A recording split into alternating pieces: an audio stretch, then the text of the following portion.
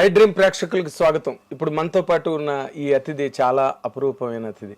ఎందుకంటే మంచి hero, super హిట్లు కొట్టిన హీరో, 135 సినిమాల పెద్ద ప్రయాణం సినిమా ఇండస్ట్రీలో అందరి ప్రేమను పొందినవాడు, అందరికీ ప్రేమను పంచినవాడు సినిమా పరిశ్రమలో. ఆ హీరో ఎవరో కాదు, మనందరి లవ్లీ హీరో శ్రీకాంత్ ఇప్పుడు మనతో పాటు ఐ డ్రీమ్ ఇంటర్వ్యూలో పాలు పంచుకోబోతున్నారు. Let us give him a very big hand of welcome. Thank you Srikanth. Thank you Nagendra garu. చాలా రోజుల తర్వాత మన ఇంటర్వ్యూ, మీతో ఇంటర్వ్యూ. నాకు సెంటిమెంట్ ఏంటంటే నువ్వు ఇండస్ట్రీలోకి వచ్చిన కొత్త రోజుల్లో నీ ఫస్ట్ ఇంటర్వ్యూ నేనే. బిగినింగ్ లో ఫస్ట్ ఇంటర్వ్యూ నువ్వు ఆ రోజు బొమ్మల చొక్కా వేసుకుని ఆంధ్రజ్యోతి ఆఫీస్కి నువ్వు వస్తే ఆంధ్రజ్యోతి ఆఫీస్ లో నేను ఇంటర్వ్యూ చేశాను. నేను అప్పుడు అక్కడ ఉండేది కదా మన నాగార్జున సర్కిల్ చట్నీస్ పక్కన. అవును, అక్కడికి. సో అప్పటి నుంచి నీ ప్రయాణం నేను చూస్తున్నా.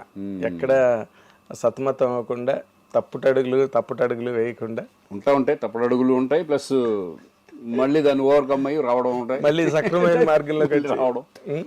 కానీ ఈ ఎక్స్పెరిమెంటేషన్ 130 సినిమాలు, ఈ కెరీర్ ఎక్స్పెరిమెంటేషన్ కనుక నువ్వు ఒక్కసారి ఆలోచించుకుంటే అసలు ఏమనిపిస్తుంది నీకు? Beautiful journey. అంటే మనం కల్లో కూడా, అంటే ఫస్ట్లో ఏమనుకుంటాం, జనరల్గా సినిమాల్లోకి వెళ్తామని ఇంట్రెస్ట్ కానీ ఇది కానీ ఆ డేస్లో రావడం వేరు. ఇది ఇక్కడికి వచ్చిన తర్వాత ఇండస్ట్రీలో నిలదొక్కుకోవడం అనేది చాలా చాలా కష్టమైన పని ఒక రకంగా అయితే కనుక. బిగినింగ్ డేస్లో నేను ఇన్స్టిట్యూట్ చేసిన తర్వాత అప్పట్లో నేను పలానా అవుతాను ఏమీ తెలియదు. ఓన్లీ ఒక రూట్లోనే నేను ఇండస్ట్రీకి రావాలి అంతే. అటువంటి టైంలో ఇన్స్టిట్యూట్ చేయడం, మెల్లగా నా జర్నీ పీపుల్స్ ఎన్కౌంటర్తో స్టార్ట్ అవ్వడం, తర్వాత మధురానగర్లో రావడం, తర్వాత మధురానగర్ తర్వాత మళ్ళీ బ్రేక్ పడతాం ఒక 6-7 నెలల్లో. తర్వాత సీతారత్న గారు అబ్బాయి రావడం, ఇదేంటి విలనా, సరే ఓకే, ముందు ఇండస్ట్రీలో సెటిల్ అవ్వాలి ఫస్ట్. మన హీరోనా కాదా అనేది ఇండస్ట్రీనే డిసైడ్ చేస్తుంది, భగవంతుడు డిసైడ్ చేస్తాడు. నా కెపాసిటీ ఏంటి అనేది వాళ్ళకే తెలుస్తుంది అని ఆ ఉద్దేశంతో ఏంటంటే విలన్గా కూడా నేను కంటిన్యూ చేసా. తర్వాత 15 సినిమాలు విలన్. అంటే నా రూట్ నేను క్రియేట్ చేసుకుంది కాదు ఇది. నేను ఇలా చేస్తానంటే కుదరదు. ఇక్కడ తెలియకుండా మన సక్సెస్లే మనల్ని తీసుకెళ్తూ ఉంటాయి. కొన్ని సక్సెస్లు కానీ, మన బిహేవియర్ కానీ, మన గుడ్ విల్ కానీ, మన టైమింగ్ కానీ, ఇవే మన రూట్ని తీసుకెళ్తూ ఉంటాయి. అదే నీ పాజిటివ్ యాటిట్యూడ్. అంటే నువ్వు ఆర్టిస్ట్గా యాక్టర్ అవ్వాలని వచ్చావు. అవును, వచ్చిన ఏ అవకాశాన్ని వదులుకోలేదు. నేను హీరోనే చేస్తాను లేదు అని పట్టుకుని కూర్చోలే. 15 సినిమాలు విలన్గానే సెటిల్ అనుకున్నాను నేను. అవునా? విలన్గా ఓకే. ముందు అసలు ఒక ఇండస్ట్రీ మీద ప్రేమతో, నేను ఒక యాక్టర్ అవ్వాలని ప్రేమతో వచ్చినాడు. ఇక్కడ వచ్చిన తర్వాత రూట్ ఎలా తీసుకెళ్తుంది అనేది నాకు అసలు ఏమీ తెలియదు. మళ్ళీ భరద్వాజ్ గారు రూపంలో మళ్ళీ వచ్చి నిన్ను హీరోని చేస్తా, ఇవన్నీ మానేసే విలన్గా అని చెప్పడం. తర్వాత నేను సరే ఆయన మీద నమ్మకంతో 1/2 ముందే అన్నీ ఫినిష్ చేసుకుని కూర్చున్నాం. 2 నెలలు 3 నెలల్లో కూర్చున్న తర్వాత ఆయన అనుకున్నట్టే నేను జేడి చక్రవర్తి ఇద్దరు హీరోలుగా స్టార్ట్ అయింది. అక్కడ నుంచి వెనక్కి తిరిగి చూసుకోవాలి నేను. మళ్ళీ అదే బ్యానర్లో దొంగరాస్కల్ సినిమా రావడం. అవును. ఇక సోలోగా మెల్లమెల్లగా అలా ఆమె, పెళ్లి సందడి, ఆహ్వానం, ఎగిరే పౌర్ణ, వినోదం, ఇలా కంటిన్యూస్ ఫిల్మ్స్ రావడం. It's God grace. మంచి హిట్స్ పడ్డాయి. గాడ్ గ్రేస్, చాలా మంచి హిట్స్. అంటే ఆ మొదట్లో అసలు నీకు ఏ గైడెన్స్ లేదా ఇండస్ట్రీలో? అసలు ఏం లేదు, ఎవరు తెలియదు. ఇండస్ట్రీ ఎలా ఉంటుందని కూడా తెలియదు నాకు. ఫిలిం ఇన్స్టిట్యూట్ చేయడం వలన కొంచెం నాలెడ్జ్ ఏంటంటే కెమెరా ముందు భయపడకుండా నుంచోవడం, కొన్ని చిన్న ఈ తప్పితే ఇండస్ట్రీ పీపుల్ నాకు తెలియదు. ఇండస్ట్రీలో ఎవరు పరిచయం లేదు. నాకు చాలా మొహమాటంగా ఉండేది. ఎక్కడికి కంపెనీల చుట్టూ తిరిగేవాడిని కాదు, ఏం కాదు. ఊరినెల అట్లా ఒక సినిమాని బట్టి సినిమా అట్లా వచ్చేసింది తప్పితే no guidance, nothing. Godfather nothing, ఏమి లేదు. గాడ్ ఫాదర్ అంటే ఒక రకంగా ఏకలవ్య శిష్యుడు అంటారు చూడు, అభిమానిగా చిరంజీవి గారి ఇన్స్పిరేషన్తోనే వచ్చినాడు కాబట్టి ఆయన్నే ఒక గాడ్ ఫాదర్ లాగా గడుపు. అదేలే, అంటే ఎదురుగుండా ఉన్నా నువ్వు వెళ్ళి కలవలేని గాడ్ ఫాదర్.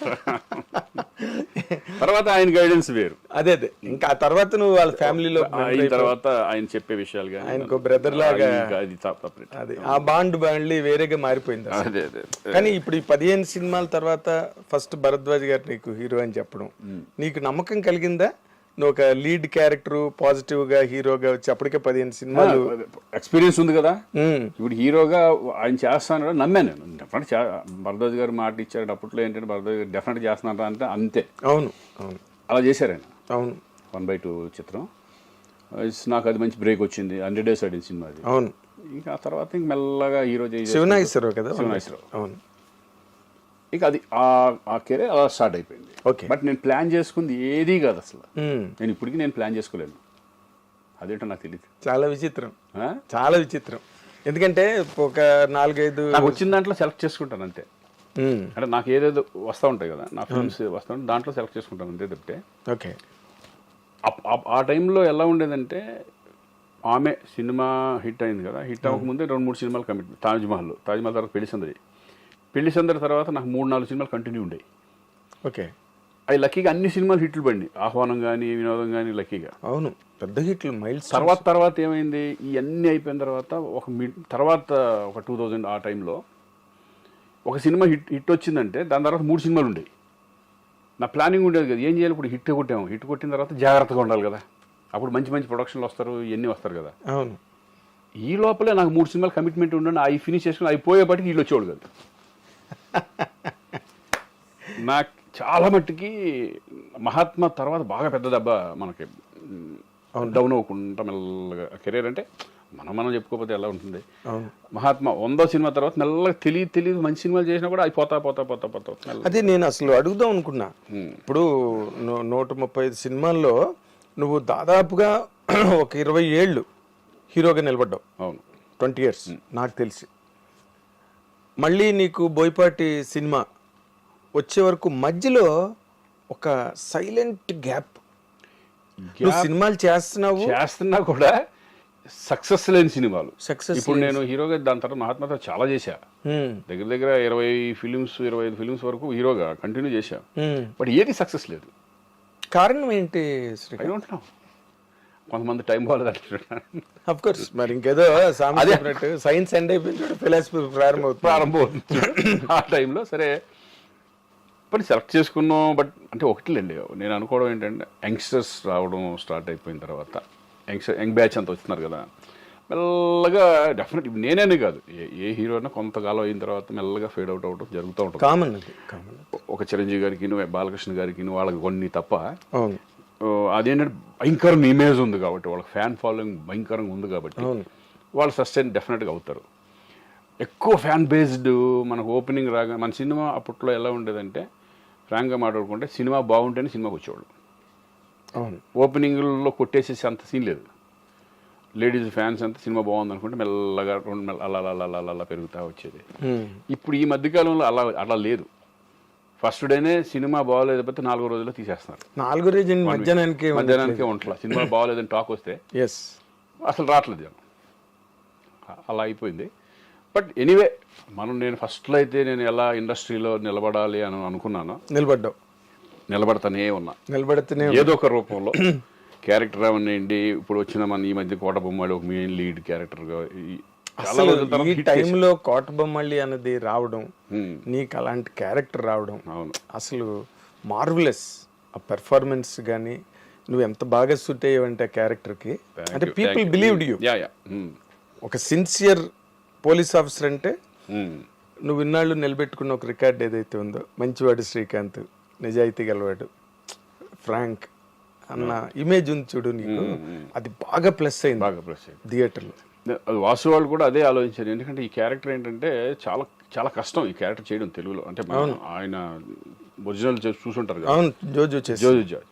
ఆ క్యారెక్టర్ చేయడం చాలా కష్టం. అది అతని బాడీ లాంగ్వేజ్ చాలా డిఫరెంట్గా ఉంటుంది. అవును, పర్ఫార్మెన్స్ లెవెల్స్ కూడా చాలా న్యాచురల్గా, చాలా ఇంట్లో పక్కన చేసుకుంటే ఆ టైప్లో ఎమోషన్స్ అలా టచ్ చేస్తాడు.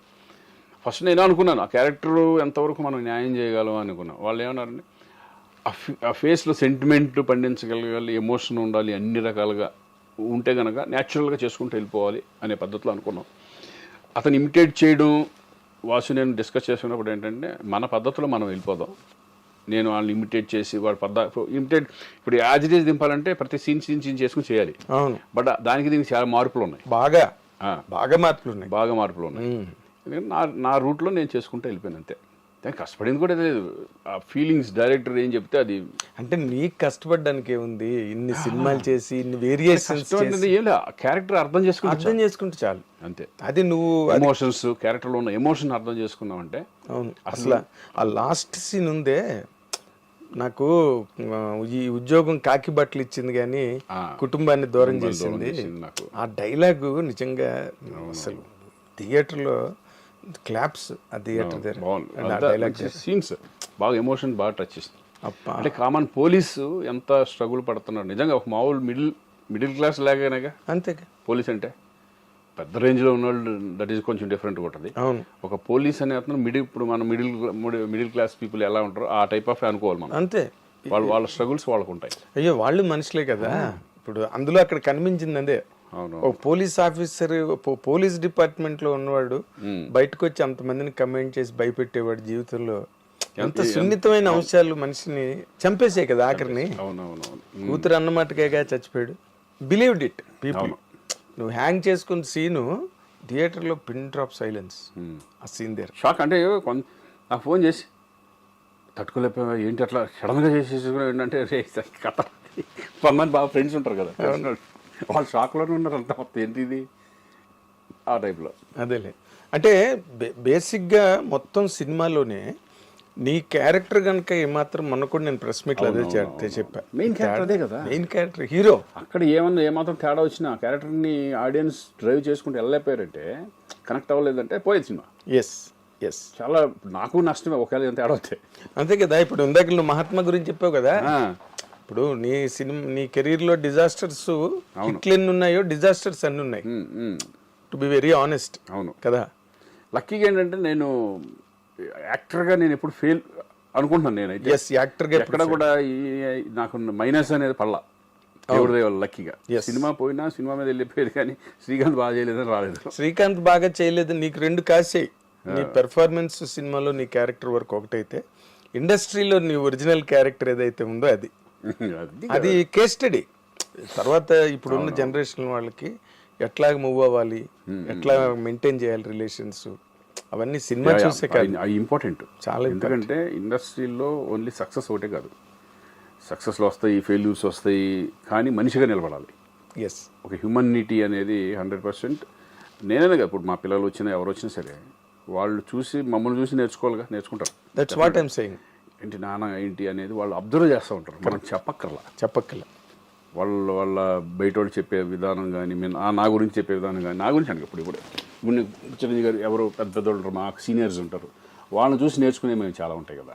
అవును. అలాగే మా పిల్లలు కానీ వీళ్ళు కానీ మనల్ని అబ్జర్వ్ చేస్తే వాళ్ళు పెరిగే విధానం కానీ, వాళ్ళు ఎలా ఉండాలి ఇండస్ట్రీలో, ఎవరితో ఎలా మాట్లాడాలి ఏంటి అనే, ఎక్కువ అనవసరమైన జోలికి వెళ్ళొద్దు ఇటువంటి. అవును. అవసరమైన పట్టించుకోవడానికే టైం సరిపోదు. మళ్ళీ అనవసరమైన చూసాక మొన్న అనవసరమైన పట్టించుకుంటేనే ఏది అసోసియేషన్లో. అవును. అవి కొన్ని ఇంకా లేదు అంటే కొన్ని తెలియక మనం ఒక బై ఫోర్స్తోనో లేకపోతే ఇంట్రెస్ట్ లేకపోయినా మనం చేయడమో కొన్ని జరుగుతూ ఉంటాయి. కొన్ని ఫోర్స్ మొహమాటంగా కొన్ని జరుగుతూ ఉంటాయి. తర్వాత ఓవర్కమ్ అయ్యి దాని నుంచి బయటకు రావడం అనేది చాలా సుఖం. అవును. ఏ విషయంలో ఉన్నా సరే, ఓన్లీ ఆ విషయంలో కాదు, ఏ విషయంలో అయినా సరే మనం చేసి నిజంగా తప్పు వద్దురా బాబు, ఇది చాలా మిస్టేక్ చేసిన దాంట్లోకి వెళ్ళి ఈ టైప్లో మనం వెనక్కి వచ్చేయడం బెటర్. ఎగ్జాక్ట్లీ. అంటే నేను నీకు జరిగిన ప్లస్ పాయింట్ ఇంకోటి అనుకుంటున్నా. అదేంటంటే నువ్వు ఊహన్ మ్యారేజ్ చేసుకోవడం, తను ఇండస్ట్రీ నుంచి వచ్చి ఇండస్ట్రీలో వ్యవహారాలు మనస్తత్వాలు అన్నీ తెలియడం, తన గైడెన్స్ ఉందా నీకు? అంటే గైడెన్స్ షేర్ చేసుకోవడం, మాట్లాడు. ఇప్పుడు నా మెంటాలిటీ నచ్చి తన మెంటాలిటీ నచ్చి మేము మ్యారేజ్ చేసుకున్నాం. బట్ ఏంటంటే సినిమాలో కథలు ఏంటానికంటే తను అసలు ఏమి, అవును, తనకేం లేదు. ఒక్కటే ఏంటంటే నేను షూటింగ్ నుంచి వచ్చిన తర్వాత ఇంట్లో ప్రశాంతంగా ఉండాలి. అది ఇంట్లో ఉంది హ్యాపీ మనకి. అంటే ఎక్కువ వేరే వాటిలో ఇన్వాల్వ్మెంట్ కానీ వీటిలో కానీ సినిమా సంబంధించి అవన్నీ తనకి ఏమి ఉండదు. నాకు ఇంటికి రాగానే పీస్ఫుల్. తను అంతా పిల్లలు. ఓకే. నాకు టెన్షన్, నాకు అయితే కనుక పిల్లల గురించి టెన్షన్ లేదు, వాళ్ళ ఎడ్యుకేషన్ గురించి టెన్షన్ లేదు, మొత్తం అంతా తనే చూసుకో. హోమ్ డిపార్ట్మెంట్ మొత్తం తనకే, మొత్తం మనకు సంబంధం లేదు. నేను వచ్చానా నా సినిమాలు, నా ఫ్రెండ్స్, నా సరదాగా నేను తిరగడం అటు ఇటు హ్యాపీగా వెళ్ళిపోతా ఉంటాం. అదేలే. వీలైనప్పుడల్లా ఫ్యామిలీతో ట్రిప్స్. అదేలే. ఇది నా రెగ్యులర్ లైఫ్ స్టైల్ నా బేసిక్గా అంటే నువ్వు చిరంజీవి గారి అభిమానంతో చిరంజీవి గారి ఇన్స్పిరేషన్తోనే సినిమా ఇండస్ట్రీకి వచ్చావు. ఆయన ప్రభావం నీ మీద ఎంతవరకు నీకు హెల్ప్ అయింది, లేకపోతే ఆయన దగ్గర నుంచి గైడెన్స్లో ఆయన క్లోజ్ అయ్యాక అవి ఏమైనా జరిగాయా శ్రీకాంత్? 100% జరిగింది. ఎందుకంటే నేను ఇండస్ట్రీకి రావడం ఆయన సినిమాలు చూసిన తర్వాతే ఒక ఖైదీ దగ్గర నుంచి నేను స్టార్ట్ అయింది ఒక రకంగా ఈ సినిమా మీద పిచ్చి. అక్కడ నుంచి ఒక మా విలేజ్లో ఎలా ఉండదంటే కొంతమంది కృష్ణ గారి ఫ్యాను, కొంతమంది ఈ ఫ్యాను, కొంతమంది అట్లా. అప్పుడు నేను రాగానే నేను ఒక స్టార్ట్ చేసింది ఏంటంటే ఖైదీ తర్వాత చిరంజీవి గారి కొత్త క్లబ్ స్టార్ట్ అయింది. ఓకే, అలా డిస్కషన్లో ఏమైపోయిందంటే ఆ సినిమాల మీద బాగా మోజు పెరిగిపోయి రిలీజ్ సినిమాలకు వెళ్ళిపోవడం అటువంటివి జరుగుతూ ఉంటాయి. సరే, అదొక మ్యాటర్. ఆ ఇన్స్పిరేషన్తో ఇండస్ట్రీకి వచ్చేసిన తర్వాత అన్నయ్యని ఫస్ట్లో బిగినింగ్లో నేను తెలియదు కదా, తెలియదు. మా నాన్న చెప్పాడు ఒకరోజు షూటింగ్కి వెళ్ళి, ఫాదర్ ఎట్లా వచ్చి ఒక బుక్ తీసుకెళ్ళాను. ఇదివరకు అన్ని కటింగ్స్ ఉండేవి అనమాట. అది తీసుకొని చిరంజీవి గారు వెళ్ళి ఇట్లా మా అబ్బాయి మామూలు ఫ్యాన్ కదండి మీది, మేము చిన్నప్పటి నుంచి ఎప్పుడు చూసిన సినిమాలు కూడా మీ సినిమాలు అని చెప్పి తర్వాత అప్పుడు కలిసి ఇట్లా అవును నాన్న చెప్పారు అంతా అదే నువ్వు అంటే అది చాలా ఇది. అక్కడ నుంచి ర్యాప్ ఇది అవుతాం, ఒక తమ్ముళ్ళలాగా నన్ను బిహేవ్ చేసుకోవడం. నేను ఎప్పుడు నాకు ఇదే చేశారంటే మధ్యలో ఒక 7-8 సినిమాలు పెద్ద బ్యానర్లో సినిమాలు ఫ్లాప్లు, యావరేజ్లు ఫ్లాప్లు, అంటే సూపర్ హిట్లు లేవు. ఒక 7 సినిమాల వరకు. ఓకే, వాళ్ళు డిప్రెషన్లోకి వెళ్ళి, అంటే అప్పటి వరకు సక్సెస్ చూసినాడు కదా. అవును కదా, సక్సెస్ చూసి సడన్గా ఏంటిది డౌన్ఫాల్ స్టార్ట్ అయిపోయింది. మొత్తం టప్పు పోతున్నాయి అన్ని పెద్ద బ్యానర్లు మళ్ళీ. ఓకే, ఏంటి ఇట్లా పోతుందని ఫుల్ డల్ అయిపోయాను, బాగా డిసప్పాయింట్ అయ్యాను. అన్నయ్య 3 నెలలు కలవపోతే ఇప్పుడు కలిసేవాడు కదా, రెగ్యులర్ కలుస్తూ ఉండేవాడు. ఏంటి ఏమైపోయాడు శ్రీకాంత్ అని కౌరవ్ ఇచ్చారు. ఇట్లా అర్జెంట్గా శ్రీకాంత్ చిరంజీవి గారు రమ్మంటున్నారని. అప్పుడు అన్నపూర్ణ స్టూడియోకి అక్కడ సార్ జరుగుతుంటే వెళ్ళా. ఆఫ్ చేసే షూటింగ్ 1 గంట లేట్గా వస్తానని చెప్పమన్నాడు అని చెప్పి రూమ్లో కూర్చొని ఏంటి అసలు నీ ప్రాబ్లం ఏంటి అని చెప్పుకుంటూ వచ్చాను. ఏది ఇట్లా ఏం లేదన్నా ఇట్లా వేస్ట్ ఇంకా ఇండస్ట్రీలో మనం వెళ్ళిపోదాం అనుకుంటున్నాను, అత్త పోయిన పిచ్చోడా అని చెప్పి ఆయనకి జరిగిన ఇన్సిడెంట్లు కానీ ఆయనంత ముందు కానీ చాలా చెప్పుకుంటారు. మనం ఇండస్ట్రీలో రావడం వరకే. ఇప్పుడు నేను మెగాస్టార్ అయిపోతానని రాలా ఇక్కడికి. మన కష్టాన్ని నమ్ముకుని వచ్చాం, కష్టపడతానే వెళ్దాం, రూట్ అదే తీసుకెళ్తూ ఉంటుంది. ఎటన్నా తీసుకెళ్ళి నువ్వు ఇండస్ట్రీకి రావాలనుకున్నావు, వచ్చావు కదా. అవునన్నా, కానీ ఆయన చెప్పిన పాయింట్లు నేను తర్వాత ఆలోచించాను. నిజంగా అంటే సక్సెస్కి ఫెయిల్యూర్స్కి ఆ రోజు నుంచి నాకు స్పందన ఒక స్పందన. ఓకే, ఒక సక్సెస్ అయిందని పోయి సంకల్ప ఉద్దేశం నీకు లేదు, కృంగిపోవడం లేదు. ఓకే, నవ్వుతా, హ్యాపీ లోపల. హ్యాపీ లేకుండా ఉండదుగా. సక్సెస్ అయినప్పుడు హ్యాపీగా ఉంటుంది, ఫెయిల్ అయినప్పుడు ఏంటంటే చిన్న లోపల ఉంటుంది కానీ పింఛ్ ఉంటుంది కదా. Okay, this the part of life.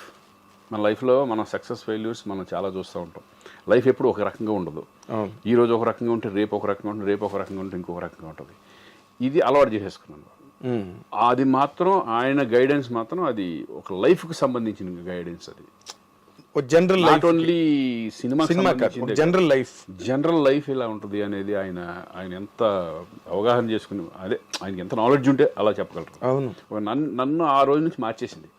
ఏదన్నా సరే స్టబన్, అందుకనే హ్యాపీగా అసలు డిప్రెషన్ లేదు, తొక్కలేదు, ఏమీ లేదు. పోతా ఉంటామే, పోతుంది.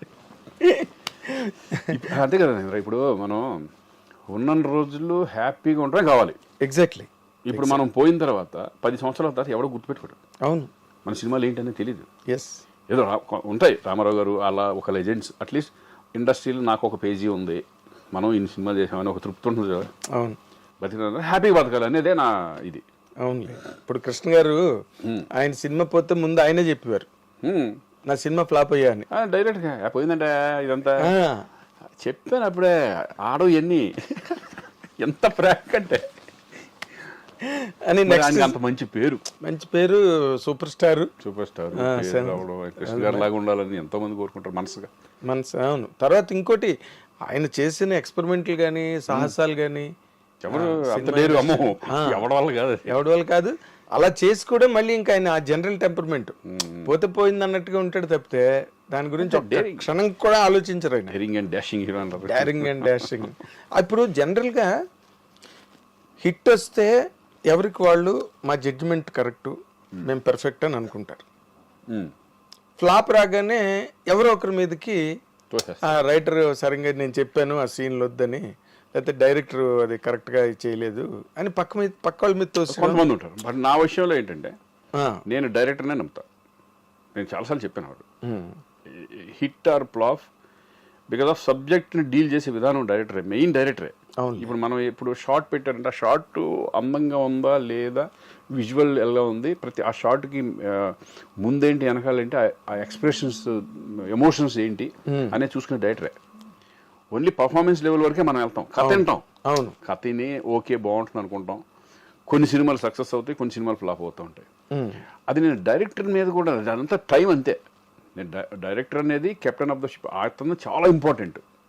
సినిమాకి డైరెక్టర్ అనేది వెరీ వెరీ ఇంపార్టెంట్. అదే కెప్టెన్ ఆఫ్ ది షిప్ ఆయన తర్వాతే మేమంతా. అవును, 24 క్రాఫ్ట్స్ ని కలపవలసిన వాడు మొత్తం చూసుకునేది అతనే కదా. ఎగ్జాక్ట్లీ. కెమెరా డిపార్ట్మెంట్ దగ్గర నుంచి మొత్తం అంతా, మ్యూజిక్ దగ్గర నుంచి డైలాగ్ దగ్గర నుంచి ఓన్లీ మేము వస్తాం, యాక్ట్ చేసేసి వెళ్ళిపోతూ ఉంటాం. సూపర్ హిట్ అయిపోయిందంటే హీరోకి డెఫినెట్ పేరు వచ్చేస్తుంది. అంతా హీరో లాగేస్తాడు, డైరెక్ట్గా వస్తుంది. ఆఫ్ కోర్స్ దానికి వస్తుంది. అవును, ఇప్పుడు అంటే అప్పుడు మనం చూసాం దాశనారాయణ గారు, రాఘవేంద్ర గారు, వాళ్ళు ఏంటి లెజెండ్స్.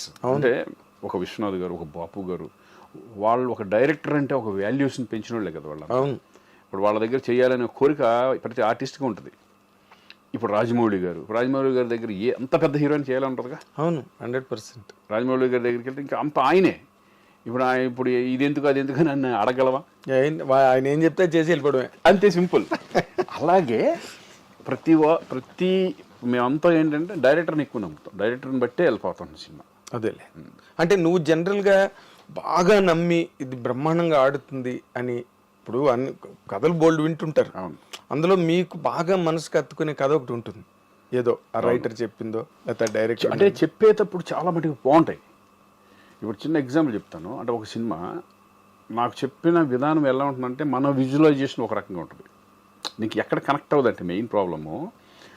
కథ విన్నప్పుడు డైరెక్టర్కి మనం కూర్చొని కథ చెప్పేటప్పుడు మనం ఒక విజువలైజేషన్ ఆలోచిస్తాం. అవును, వాళ్ళు చెప్పేటప్పుడు కూడా సార్ మీరు మౌంట్ రోడ్లో వెళ్తున్నప్పుడు మొత్తం మీరు వెళ్తున్నారు, ఒకటి ఆలోచించుకుంటూ వెళ్తున్నారు, చేతిలో పేపర్లు ఉన్నాయి, మీరు నిరుద్యోగి, మీరు వెళ్ళే టైంలో మీకు అసలు అంత టోటల్ బ్లర్, మీ అంత ఇది ఉంటుంది, కారు సౌండ్లు, హార్న్ సౌండ్లు, ఆ సౌండ్లు ఈ సౌండ్లు వస్తూ ఉంటున్నాయి, మై నుంచి ఇక్కడి నుంచి పైనుంచి సూర్యుడు పడుతూ ఉంటాడు ఎండలో, సడన్గా కళ్ళు తిరిగి పడిపోతారు సార్.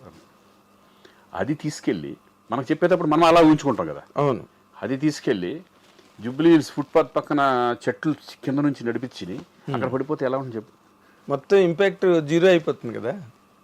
నేను అది చెప్పేది. అలా ఆ విజువల్స్ దెబ్బతింటా మనకు చెప్పినప్పుడు ఒక రకంగా ఉంటుంది. ప్రొడక్షన్ వాళ్ళు మౌంట్ రోడ్డుకి వెళ్ళి సినిమా చేయలేని పరిస్థితి ఉంటుంది, ఇక్కడ పెట్టేస్తే అయిపోద్ది కదా హాఫ్ డేలో అనుకుంటారు.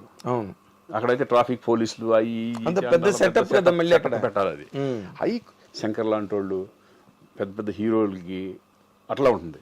ఇప్పుడు మనలాంటి వాళ్ళకి ఏమవుతుంది, బడ్జెట్ ప్రాబ్లము, తీసుకెళ్ళి అక్కడ పడేస్తారు, దాని ఇంపాక్ట్ ఉండదు సీన్ ఎంత చేసిన. అలా చాలా సినిమాలు నాకు అట్లా జరిగినాయి. అవునా, నో ఇంపాక్ట్, ఊరినే సార్ ఏదో ఆ సీన్ ఉంటుంది, కానీ ఆ సీన్ ఇప్పుడు నేను చెప్పిన దానికి ఇప్పుడు ఇక్కడ జూబ్లీస్ మన పక్కన టోటల్ డిఫరెన్స్ కదా, అంతే పోయింది, ఇంకేముంది, సీన్ ఇంపాక్ట్ పోయింది. చాలా సీన్స్ చాలా రకరకాలుగా ఒక హీరోగా నేను ఆలోచించుకునే విజువల్స్ ఒక రకంగా ఉంటాయి. నేనే కాదు, ఎవరు హీరో అయినా కథ ఇప్పుడు నేను ఒక కథ చెప్పాను అనుకోండి, ఆ కథలోకి ఆటోమేటిక్గా మీరు ఒక విజువలైజేషన్కి వెళ్ళిపోతారు. అవును, మనదైన ఒక విజువలైజేషన్ ఉంటుంది కదా. ఓ ఇలా చేస్తాడు, ఇలా చేస్తాడు, ఇలా చేస్తాడు, ఇలా మనం ఇలా చెయ్యాలి, తను ఇలా చెప్తే అని ఒక కాన్సెప్ట్ ఉంటుంది. అది పోయిందంటే ఇంకేం ఉండదు. అవును, అలా చాలా జరిగినాయి. అవునా, ఒక్కోసారి నేటిప్పుడు తారక రాముడు నాకు చెప్పినప్పుడు భలే సబ్జెక్ట్ అది. మన తారక రాముడు నువ్వు సౌందర్య కదా, ఆర్వి ఉదయ్ కుమార్. అదేమైపోయింది, ఆయన వచ్చేప్పటికి నేటివిటీ మొత్తం తమిళ్, మన తెలుగు వాసన కాదు తమిళ వాసన వచ్చేసింది. అవును, ఎగ్జాక్ట్లీ. నేటివిటీ ఇక ఇవన్నీ మనం చెప్పేటప్పుడు ఏమో మన సైడ్లో ఆలోచిస్తాం, ఏది మన తెలుగుకు తగ్గట్టుగా. అంతే కదా, విలేజ్లో ఎలా ఉండాలి, చక్కటి పెంకుటిల్లు, చక్క ఇది అగ్రహారం, చిన్న ఒక ఇది, మనం అట్లే వెళ్తాం. వీళ్ళు ఎక్కడికో వెళ్ళి తీసుకెళ్ళిపోతే ఏదో కొడి పెట్టితే మనకు అర్థం అవుతుంది. అదేలే, అది ఫస్ట్లోనే డిస్కనెక్ట్ అయిపోయింది కానీ చెప్పింది చేసి నువ్వు చేయడమే. మరి మధ్యలో ఆపలేంగా. అవును, తారక రాముడు అప్పట్లో హైలీ ఎక్స్పెక్టెడ్ సాంగ్స్ ఒకటి, సౌందర్య శ్రీకాంత్ కాంబినేషన్ అనగానే అప్పుడు మీరిద్దరు కూడా మంచి ఫైల్లో ఉన్నారు. అవునవును, మంచి ఫైల్లో ఉన్నారు. ఆ టైంలో సినిమా డిసప్పాయింట్. పేరు రావడం కాబట్టి, బట్ కమర్షియల్గా అది ఇది అవ్వాల. కమర్షియల్ కదే అంటున్నాను నేను. ఇప్పుడు పేరు రావడం ఒకటి, కమర్షియల్ గా కమర్షియల్ గానే కదా కావాలి మనకి కదా. ఎంత పేరు వచ్చినా శ్రీకాంత్ గారు ఎంత గొప్పగా నటించారండి అని సినిమా పోతే ఉపయోగం ఉంది? ఏం లేదు. ఇప్పుడు కోటబొమ్మళ్ళి ఇప్పుడు అఖండ ఉంది. అఖండలో నేను అసలు ఎవరు ఎక్స్పెక్ట్ చేయరు ఆ టైప్ ఆఫ్, నేను కనపడతానని కూడా తెలియదు. ఎవరు ఎక్స్పెక్ట్ చేస్తారు శ్రీకాంత్ అలాగా? సినిమా ఏమన్నా తేడా వస్తే నన్ను తిట్టరా? ఎంత తిట్టరు? ఇడికేం పోయగలం అసలు? ఇప్పటికే తీసుకెళ్ళి శ్రీకాంత్ని పెట్టారు. సక్సెస్ అయింది కాబట్టి మనం అందరూ దాని గురించి ఎక్కువ మాట్లాడతారు. భలే పని చేశాడు, భలే ఉంది శ్రీకాంత్, డిఫరెంట్గా ఉన్నాడు. అవును, అది అన్ని తెలుసు మనకి. సక్సెస్ కాదు. ఇప్పుడు బోయపాటి నిన్న క్యారెక్టర్ కి సెలెక్ట్ చేసినప్పుడు what was your immediate reaction Srikanth? ఎందుకంటే నువ్వు నీ క్యారెక్టర్ కాదు అది. అవును, నీ మోడలే కాదు అసలు. ఎవ్వరు నువ్వు ఊహించి ఉండవు అలాంటి క్యారెక్టర్. ఆడియన్స్ కూడా నిన్ను అలాంటి క్యారెక్టర్లో ఎక్స్పెక్ట్ చేయరు. నాకు ఒక్కటే ఏం చెప్పాడంటే, భయ్య ఈ క్యారెక్టర్ని ఎన్నుకోవడానికి నేను కారణం ఆపరేషన్ దుర్యోధన సినిమా అన్నాడు. ఆపరేషన్ దుర్యోధన దాంట్లో గుండు గుట్టెచ్చుకొని, అవును, నేను మధ్యలో కన్ను ఇట్లా పెట్టుకొని అలా నడుచుకుంటూ వెళ్ళిపోతా, విగ్రస్గా ఉంటుంది అది. అవును, అది ఆయనకు బాగా కనెక్ట్ అయ్యి, ఫస్ట్ హెయిర్ కూడా ఇంతే ఉంటుంది దాంట్లో. ఇప్పుడు అలా పెట్టుకొని ఈ కొంచెం గెటప్ మెయిన్ గెటప్ కుదిరిందంటే ఆటోమేటిక్గా కుదిరిపోతున్నట్టే. ఈ గెటప్ కావాలి అని చెప్పేసి ఆయనే గెటప్ ఇట్లా కావాలి నాకు అని చెప్పి, దాన్ని మేమేం చేసామంటే ముందు మొత్తం అన్నీ సెట్ చేసుకొని, ఈ గెటప్ మనకు ఎలా వస్తుంది ఏంటి అనేది సెట్ చేసుకున్న తర్వాత చూసుకొని దీనికి ఫిక్స్ అయిపోదామని ఆ గెటప్ సెట్ చేసుకున్నాం. ఓకే. అందుకే ఏంటంటే గెటప్ ఫస్ట్ ఒక ఆర్టిస్ట్ గెటప్ సెట్ అయిపోయింది. ఇటువంటి డిఫరెంట్ క్యారెక్టర్స్ వచ్చినప్పుడు అదే ఇట్లా ఉండి నేను చేయలేను ఆ క్యారెక్టర్ని. ఎలా చేస్తావు? నీకే మూడు రాదు అసలు. మూడు రాదు, నీకే మూడు రాదు. మెంటల్ ప్రిపరేషన్ అన్నది గెటప్ తోనే వస్తుంది కదా. అవునవును. అలాగే ఇప్పుడు మనల్ని గెటప్ అనేది ఎంత ఇంపార్టెంటో, డైరెక్టర్ని విజువలైజేషన్ని కరెక్ట్గా తీయడం కూడా అంత ఇంపార్టెంట్. ఇందాక అన్నాను కదా, ఎప్పుడో తీసుకెళ్ళి ఇక్కడ పెట్టాడు ఆ క్యారెక్టర్లో ఆ క్యారెక్టర్ చేయవలసింది ఇట్లా చేస్తే ఎట్లా ఉంటుంది అలా ఉంటుంది అది. ఎగ్జాక్ట్లీ. ఇప్పుడు జనరల్గా అదే అంటున్నా. ఇప్పుడు అసలు ఈ క్యారెక్టర్కి నేను సూట్ అవుతానా, నేను చేయగలనా, అసలు ఏంటి బోయపాటి ఏమని అసలు నన్ను సెలెక్ట్ చేశాడు? నేను అసలు నాకు కూడా తెలిసిపోయా, నేను ఏది కూడా నేను నో అనలేను. ఎందుకంటే ఏ క్యారెక్టర్ కన్నా చేయాలని ఒక లోపల ధైర్యం ఉంటుంది నాకు. అలాగే కదా నువ్వు 15 సినిమాలు. మీరు నెక్స్ట్ వచ్చి గేమ్ చేంజర్ ఒకటి ఉంటుంది, యూ కాంట్ ఎక్స్పెక్ట్. అవునా?